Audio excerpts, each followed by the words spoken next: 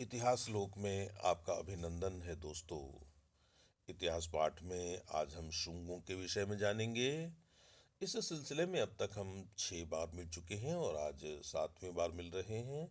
मेरे पास जो किताब है उसका नाम है प्राचीन भारत का राजनीतिक तथा सांस्कृतिक इतिहास, जिसे लिखा है प्रोफेसर विमल चंद्र पांडे ने। मित्रों, आज हम शुंग काल की कला की चर्चा करेंगे। हम जानते हैं कि राजकीय छत्र छाया में पनपने के कारण हम जानते हैं कि राजकीय छत्र छाया में पनपने के कारण मौर्य कला उत्कृष्ट होते हुए भी जनता के मनोभावों को प्रकट नहीं कर पा रही थी। शुंग काल में हम देखते हैं कि कला और लोगों के जीवन के बीच का अंतर कम होता चला गया है। शुंग काल में कला जनता के जीवन की झांकी बन गई। शुंग कला का प्रमुख विषय धर्म नहीं, जीवन था। इस काल में स्तूपों का निर्माण अवश्य हुआ, लेकिन उन पर जो कृतियां बनाई गई वे अधिकांशतः जनता के बौद्धिक, मानसिक एवं सामाजिक जीवन से संबंधित रहीं। अपने पूर्व जन्मों के रूपों यानी बोधिसत्व रूपों में महात्मा बुद्ध साकार प्रदर्शित किए गए हैं, लेकिन अपने ऐतिहासिक जीवन के रूप यानी बुद्ध रूप में वे कभी भी शरीर तह नहीं दिखाए गए हैं। परंतु अपने ऐतिहासिक जीवन के रूप यानी बुद्ध रूप में महात्मा बुद्ध उपस्थित हुए हैं, तो प्रतीकों के रूप में उपस्थित हुए हैं, जैसे स्तूप, धर्म चक्र आदि। शुंग काल के प्रारंभिक चरण में स्थापत्य वानस्पतिक शैली का है। प्रारंभ में अधिकांशतः पत्र, पुष्प, पादप लता का प्रयोग किया गया है। मनुष्यों और पशु पक्षियों को निर्मित करने में वानस्पतिक शैली का प्रयोग हुआ है। इसका परिणाम यह हुआ कि रिलीफ की कृतियां विच्छिन्न, छिछली और सतह पर फैली हुई दिखाई देती हैं। शुंग काल के अंतिम चरण में यह दोष दिखाई नहीं देता। उस चरण की रिलीफ मूर्तियां संबद्ध प्रसंग, गहरी और उभरी होने के कारण अधिक स्वाभाविक प्रतीत होती है। कुछ विद्वानों ने इसे विदेशी कला का प्रभाव माना है, परंतु इसे स्वदेशी शैली के क्रमिक विकास का परिणाम मानना ही अधिक उपयुक्त होगा। मौर्य काल में स्तूप कच्ची ईंटों और मिट्टी की सहायता से बनते थे, लेकिन शुंग काल में उनके निर्माण में पूरी तरह पत्थरों का प्रयोग किया गया है। मौर्य काल में विशेषतया चंद्रगुप्त मौर्य के काल में वास्तुकला में लकड़ी का प्रयोग किया जाता था। चंद्रगुप्त का राजप्रासाद लकड़ी का बना था। शुंग काल में लकड़ी के स्थान पर पाषाण का प्रयोग हुआ। स्थान स्थान पर हम देखते हैं कि पाषाण का प्रयोग करते हुए भी शुंग कलाकारों ने उन अनेक विधियों और शैलियों का प्रयोग किया है जो लकड़ी के निर्माण में जरूरी होती थी। भरहुत का स्तूप मध्य प्रदेश में सतना के पास था। यह स्तूप मध्य प्रदेश में सतना के पास था और शुंग काल में भरहुत, बोधगया और सांची कला के प्रमुख केंद्र थे। भरहुत के स्तूप का निर्माण अशोक ने करवाया था। शुंग काल में इसका आकार तो पहले जैसा ही रखा गया, लेकिन इसके चारों ओर 7 फीट ऊंची एक परिवेष्टनी, जिसे अपन चार दीवारी कहते हैं, का निर्माण किया गया। इसमें 4 तोरण द्वार बनाए गए। कनिंघम ने 1873 में भरहुत के इस स्तूप का पता लगाया था। उस समय स्तूप उस समय जो स्तूप था वह पूरा नहीं था, उसके कुछ भाग ही दिखाई दे रहे थे। स्तूप अशोककालीन था, लेकिन उसकी परिवेशनी और तोरण द्वार तो शुंगकालीन थे, इस बात का पता तो चल रहा था। परिवेष्टनी के एक भाग पर सुगनम रजे यानी शुंगा नाम राज्य शुंगा के राज्य में लिखा हुआ है। इससे प्रकट हुआ कि उसका निर्माण शुंग काल में हुआ था। भरहुत स्तूप अपनी स्थापत्य कला के लिए प्रसिद्ध है। इसकी परिवेष्टनी और इसके तोरण द्वारों पर या तो यक्ष, यक्षिणी तथा अन्यान्य अर्धदैवी मूर्तियां हैं या जातकों की कथाओं की मूर्तियां हैं। साधारणतया कथाओं के विषयों का उल्लेख कर दिया गया है, जिससे उनको समझने में सरलता हो जाती है। इस पर कहीं भी बुद्ध की मूर्ति नहीं है। बुद्ध की उपस्थिति धर्मचक्र, त्रिरत्न पादुकाओं आदि से दिखाई देती है। भरहुत का स्थापत्य कला की दृष्टि से कोई बहुत अच्छा स्वरूप नहीं है। रिलीफ की कृतियों में सदैव गहराई और उभार नहीं मिलता। कभी कभी समूह प्रदर्शन में भी मूर्तियां एक दूसरे से असंबद्ध दिखाई देती हैं। उनकी मूर्तियां भाव शून्य हैं। यह बात डॉक्टर एस के सरस्वती ने लिखी है। परंतु अनेक अभावों और त्रुटियों के होते हुए भी भरहुत की कला अपने वास्तविक अंकन के लिए प्रसिद्ध है। इसमें जनता के धार्मिक विचारों, वस्त्राभरणों और आचार का अंकन बड़ी सहृदयता से किया गया है। डॉक्टर मजूमदार इस कला की तारीफ करते हैं, भरहुत के स्तूप की तारीफ करते हैं। हाँ, कथानक के प्रदर्शन में अत्यधिक विस्तार से काम लिया गया है। प्रत्येक वस्तु सांगोपांग प्रदर्शित की गई है। इसके कारण ही कथा के प्रवाह में बाधा पड़ती है। हम जानते हैं कि ऐसा होता है। बोधगया का जो स्तूप है, इसके चारों ओर भी एक परिवेष्टनी थी। इस परिवेष्टनी के अवशिष्ट भाग आज भी संरक्षित हैं। बोधगया का स्थापत्य भरहुत की प्रारंभिकता और सांची की पराकाष्ठा के बीच में आता है। इसे देखने से स्पष्ट हो जाता है कि भरहुत की अपेक्षा बोधगया की स्थापत्य मूर्तियों में गहराई और उभार अधिक है। अब उनकी आकृतियों में निर्जीव कठोरता के स्थान पर सजीव लचीलापन है। कथानकों में पहले जैसा आत्यंतिक क्रम नहीं है। समूह में व्यक्ति कम है, अतः उनकी गति भी पहले से अधिक स्वच्छंद और निर्बाध है। यदि हम सांची के महास्तूप की बात करें तो यह मध्य प्रदेश में भोपाल के पास है। कला का उत्कृष्ट विकास हमें इस स्तूप में दिखाई देता है।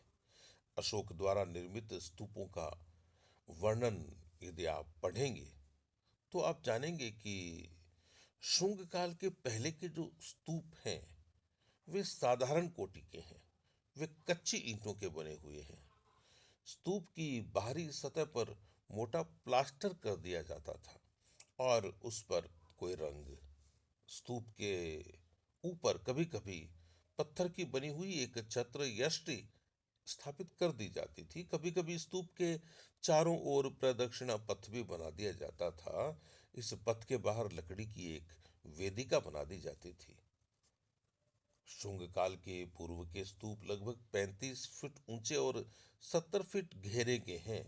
परंतु शुंग काल में स्तूप निर्माण में कच्ची ईंटों और लकड़ी के स्थान पर पत्थर का योग दिया गया है।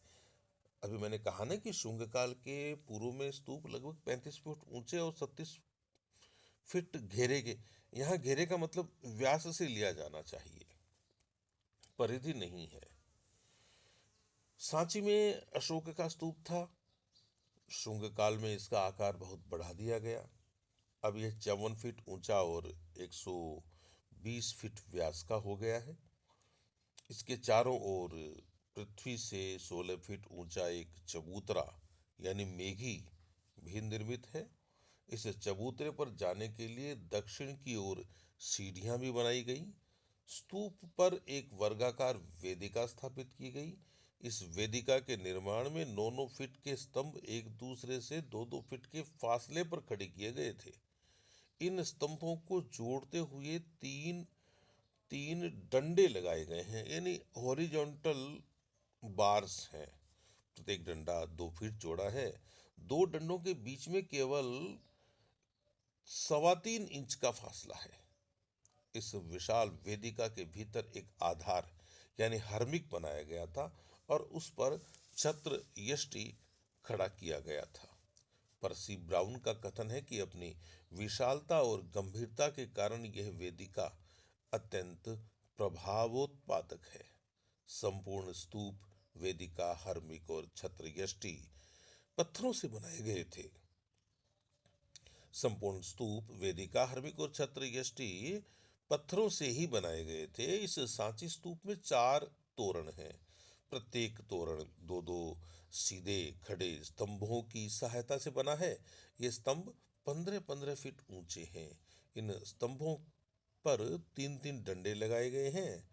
प्रत्येक तोरण पृथ्वी से 34 फीट ऊंचा हो गया है। इस तरह प्रमुख स्तूप का निर्माण ईसा पूर्व 2री शताब्दी का है। मूल स्तूप के चारों ओर अन्य छोटे स्तूप और विहार भी बनाए गए थे। विद्वानों का मत है कि सांची के स्तूप में पाषाण खंडों को जोड़ने का तरीका वही है जो लकड़ी को जोड़ने का होता है। संभवतः लकड़ी के निर्माण की प्रणाली का जो प्रयोग पाषाण पर किया गया है, यह यह बात का ही है। अतः वास्तुकला की दृष्टि से सांची स्तूप उच्च कोटि का नहीं है, पर उसके ऊपर स्थापत्य की जो मूर्तियां बनी हैं वे उच्च कोटि की हैं। तोरण के जो तोरण है उस पर मूर्तियों का जो अलंकरण किया गया है वह बड़ा सुंदर है। विभिन्न पशुओं, पक्षियों, पादपों, वामनों, यक्षों, यक्षिणियों आदि की मूर्तियां कलाकारों के प्रकृति प्रेम और वैभिन्य प्रेम की सूचना देती है। सांची का स्थापत्य सांप्रदायिक अथवा धार्मिक नहीं है। इसमें बौद्ध धर्म के कथानक मिलते हैं, लेकिन वे गौण हैं। उनकी सहायता से स्थापत्यकार ने मानवीय, पार्श्विक एवं वानस्पतिक जगत के विभिन्न चित्र उपस्थित किए हैं। उनकी सहायता से साहित्यकार ने मानवीय, पार्श्विक एवं वानस्पतिक जगत के विविध चित्र उपस्थित किए हैं। वह नगरीय जीवन की विभूति को अंकित करने में उतना ही निपुण है जितना ग्राम्य जीवन की सरलता को। मनुष्यों की आकृतियों में घनगात्रता पर जोर दिया गया है, परंतु उनके वस्त्राभरणों से उनकी कठोरता बहुत कुछ नम्र हो जाती है। बहुत के वस्त्राभरण कठोर और अस्वाभाविक लगते हैं।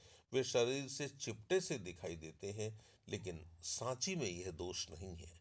चुन्नट और सिलहटों के प्रयोग से वस्त्रों को शरीर से उभार दिया गया है।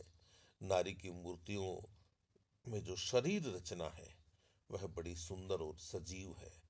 अंगों के सुदृढ़ घुमाव चित्रों को स्वाभाविकता प्रदान करते हैं, परंतु वासना को उभारने के लिए अनुचित रूप से शरीर के आत्यंतिक प्रदर्शन पर महत्व नहीं दिया गया है। यह ध्यान देने की बात है। सांची स्तूप के स्थापत्य में हम एकाकी विच्छिन्न प्रसंग मूर्तियों के स्थान पर संबद्ध प्रसंग मूर्ति समूह पाते हैं। वहाँ अनेक मूर्तियों के द्वारा कोई कथानक कहा जाता है अथवा कोई घटना प्रदर्शित की जाती है। रिलीफ स्थापत्य में मूर्तियां पहले की अपेक्षा अधिक बड़ी और उभरी हुई हैं। स्थापत्य की ऊर्ध्वाकार यानी वर्टिकल और क्षैतिज यानी हॉरिजॉन्टल योजना के कारण मूर्तियां विभिन्न दशाओं और स्थितियों में दिखाई देती है। लाइट और शेड यानी प्रकाश और छाया की योजना ने आवश्यकता अनुसार मूर्ति विशेष अथवा अंग विशेष को उभार दिया है। सांची के चारों तोरण किसी एक ही समय में निर्मित नहीं हुए थे। इतना निश्चित है कि प्रथम और अंतिम तोरण के निर्माण के बीच में कोई ज्यादा अंतर भी नहीं था। सांची स्तूप के नीचे महात्मा बुद्ध के अवशेष हैं। इस महास्तूप के अतिरिक्त सांची में 2 अन्य छोटे स्तूप भी हैं। इनमें से एक लघु स्तूप के भीतर अशोक के धर्म प्रचारकों के अवशेष हैं। इसमें तोरण द्वार नहीं है। इसमें 3 वेदिकाएं हैं, पृथ्वी तल पर, मध्य तल पर और तीसरी यानी सबसे ऊपर हर्मिका पर। पृथ्वी तल की वेदिका स्थापत्य कृतियों से अलंकृत है।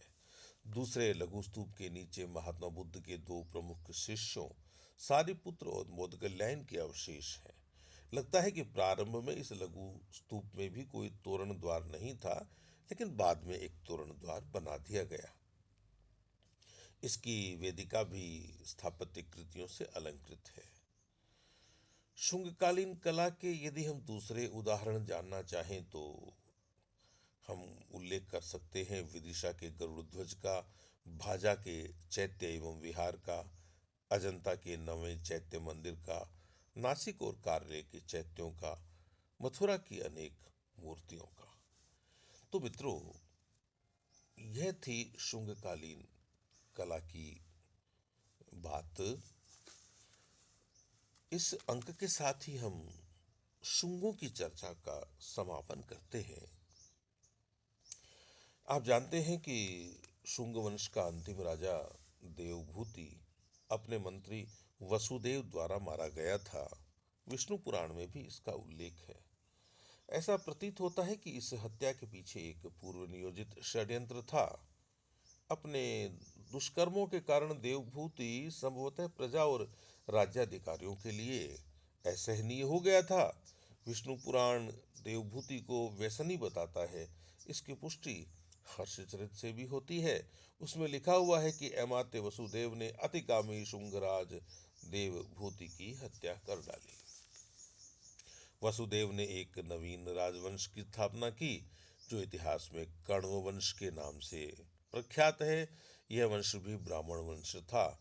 इसने संभवतः ईसा पूर्व 72 ईस्वी से ईसा पूर्व 27 ईस्वी तक शासन किया।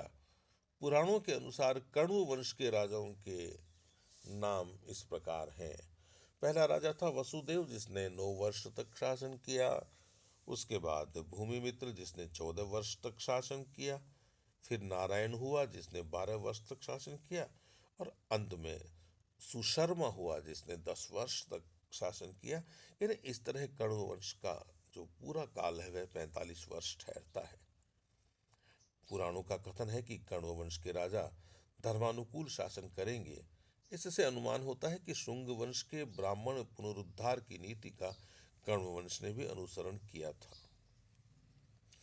हम कण्व वंश की महत्वपूर्ण घटनाओं से परिचित नहीं हैं, यह आपको ध्यान रहे। तो मित्रों, यह था शुंग काल। अगली बार जब हम मिलेंगे तो हम सातवाहनों पर चर्चा करेंगे। तब तक आप अपने इस मित्र को आज्ञा दीजिए। नमस्ते।